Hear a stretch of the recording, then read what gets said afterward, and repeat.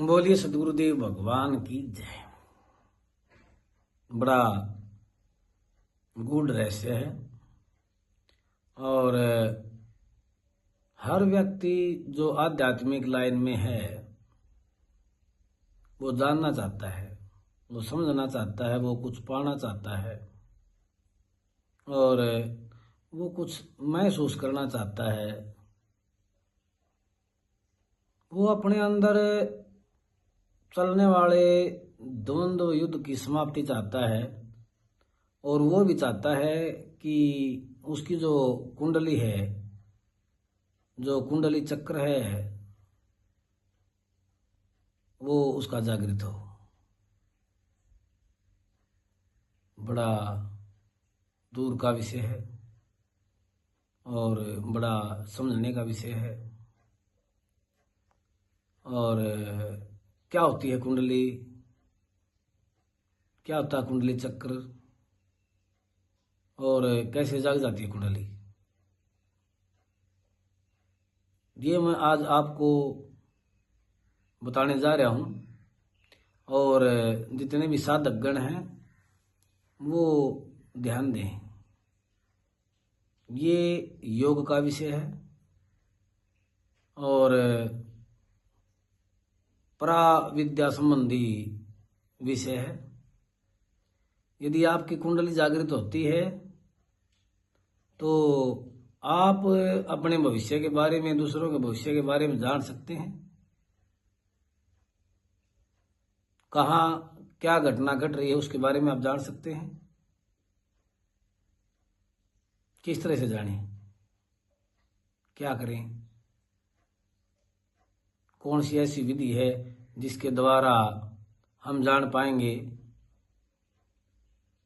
कि कुंडली चक्र कैसे जागृत होता है। इसके लिए कठिन योग की जरूरत है और विषय को समझने वाले गुरु की जरूरत है। जब तक आपके पास योग्य गुरु नहीं है तब तक मेरे द्वारा आप जो उपाय बताया जाने वाला है उसके आप पर विचार भी न करें। करना तो बहुत दूर की बात है।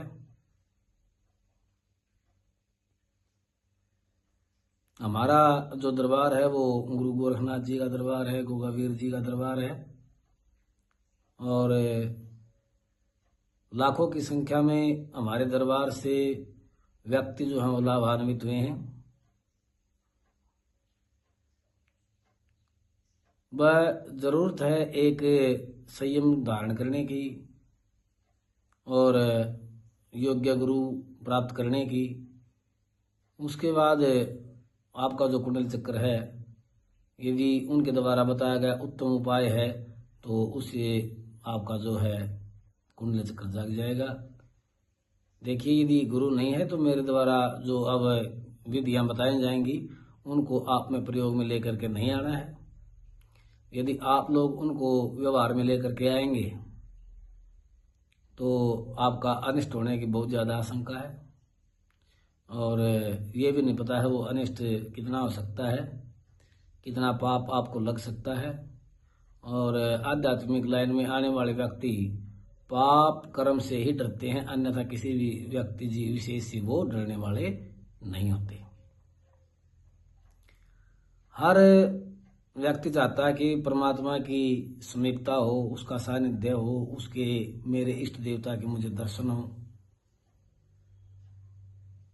जब आपकी कुंडली जागृत होने लगती है तो परमात्मा की तरफ से आपको मैसेज आने लग जाते हैं, संदेश आने लग जाते हैं, या ग्रामीण भाषा में हम कहें तो आपको दृष्टांत आने आरंभ हो जाते हैं। आपको स्वप्न में अजीबोगरीब घटनाएं दिखना आरंभ हो जाती हैं जब आपकी कुंडली जागृत होने लगती है। क्योंकि ग्रस्त व्यक्ति को ज्यादा योग करने की, ज्यादा परिश्रम करने की जरूरत नहीं होती। उसकी कुंडलिनी स्वतः ही जागृत होती है, वह थोड़ा सा ध्यान देने की जरूरत है। उसके लिए आप एक योग्य गुरु चुनें। गुरु चुनने के बाद आप अपने इष्ट की पूजा में तत्पर हो जाएं और सुबह शाम आपने उनकी वंदना करनी है, प्रार्थना करनी है और निरंतर भजन का उनका अभ्यास करना है पहले। उसके लिए आप प्राणायाम का सहारा ले सकते हैं। देखिए, प्राणायाम की जो विधि है वो जब आप ऐसे सीधे बैठ जाते हैं तो एक नथुने को बंद करके दूसरे से आपने श्वास को धीरे धीरे धीरे धीरे ऊपर की तरफ खींचना है। ओम भूम भूम स्वयं वम जनम तपोम सत्यम ओम तत्सवितुर्वरेण्यं भर्गो धीमहि प्रचोदयात्। इस मंत्र का आपने जाप करना है और 3 बार जाप करते हुए आपने श्वास को धीरे धीरे ऊपर की तरफ खींचना है और 3 बार मंत्र बोलना है। इसके बाद आपने इस नथुने को भी बंद कर लेना है और 3 बार अपने अंदर मंत्र को बोलना है। फिर आपने इसको दबाए रखना है और इस पहले वाले से आपने श्वास को धीरे धीरे छोड़ना है। और इस प्रकार से जब तक आप 3 बार मंत्र बोलते हैं तब तक आपको श्वास जो धीरे धीरे बिल्कुल धीरे धीरे आपने छोड़ देना है। तो इस तरह से आपने प्राणायाम का अभ्यास करना है। पहले आप 1 बार मंत्र बोलिए और श्वास को धीरे से ऊपर खींचिए। जब 1 बार आप बोल लेते हैं तो इसको बंद कर दीजिए। 1 बार आप तब बोलिए जब आपने दोनों नथुनों को बंद कर रखा है और इसके बाद जो पहले वाला नथुना आपने बंद किया था उसको खोलते हुए दूसरे को दबाते हुए आप श्वास को बाहर तरफ धीरे धीरे छोड़ेंगे और आप 1 बार जो मंत्र था उसका आप उच्चारण करेंगे। इस प्रकार से निरंतर आपने अभ्यास करना है और इस अभ्यास को इतना बढ़ाना है कि आप 3 बार श्वास खींचते हुए, 3 बार श्वास को रोकते हुए, 3 बार मंत्र का उच्चारण कर सको श्वास को छोड़ते हुए। जब आपकी ये प्रक्रिया पूरी होगी तो उसके बाद आपका ध्यान लगेगा और इस प्रकार से ध्यान लगाने से आपके अंदर एक परम शांति और अंदर में खुशी आएगी। प्राणायाम के करने से जो योगी पुरुष हैं वो धीरे धीरे अपने श्वास की प्रक्रिया को बढ़ाते रहते हैं और वो बिल्कुल पवन बख्शी होकर के बैठ जाते हैं अंत में। देखिए, जो इस प्रकार से प्रक्रिया करते हैं ये आप 41 दिन लगातार करके देखिए और उसके बाद आप भजन कीजिए, माला फेरिए अपनी, तो उसमें आपका मन लगेगा, आपका योग बढ़ेगा और धीरे धीरे आपकी जो कुंडलिनी है वो जागृत होना आरंभ हो जाएगी। भगवान की तरफ से आपका मैसेज आना आरंभ हो जाएगा और आपको सौपन के माध्यम से जब आप 41 दिन तक लगातार इसी प्रकार से प्रक्रिया करेंगे और आधा घंटा बैठ करके इसके बाद आप भजन करेंगे अपने इष्ट का, तो अवश्य ही आपकी कुंडलिनी जागृत हो जाएगी और आप जो है दूसरों के भविष्य के बारे में जान पाएंगे, दूसरों के कर्मों के बारे में जान पाएंगे। और इसके लिए योग बड़ा जरूरी है। नियम रखना है, संयम रखना है और सुबह शाम आपने आधा घंटा भजन करना है और सुबह और शाम आपने प्राणायाम करना है 4-5 बार जरूर।